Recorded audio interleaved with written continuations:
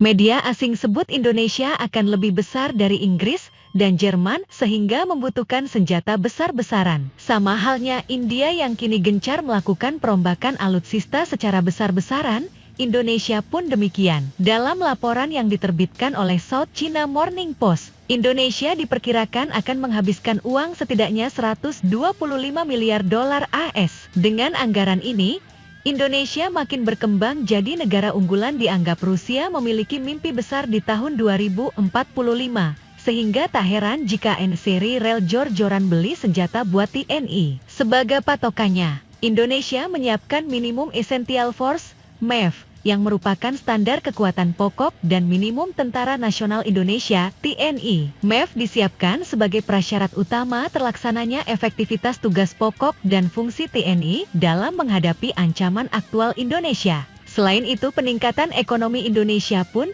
juga menjadi sorotan, di mana dalam beberapa tahun terakhir ekonomi Indonesia dikatakan tumbuh dengan pesat. Menurut situs berita Tiongkok 163.com, dalam beberapa tahun terakhir, perekonomian Indonesia tumbuh melampaui India. Pada tahun 2023, Indonesia mencapai PDB sekitar 1,41 triliun, jauh lebih tinggi dibandingkan Arab Saudi yang sebesar 1,1 triliun. Hal ini membawa Indonesia menduduki peringkat ke-16 dalam status negara ekonomi berkembang. Menurut laporan tersebut, dalam 23 tahun terakhir, PDB Indonesia meningkat sebesar 7,55 kali lipat, sedangkan India hanya 7 kali lipat. Dalam periode yang sama India tak sebaik Indonesia.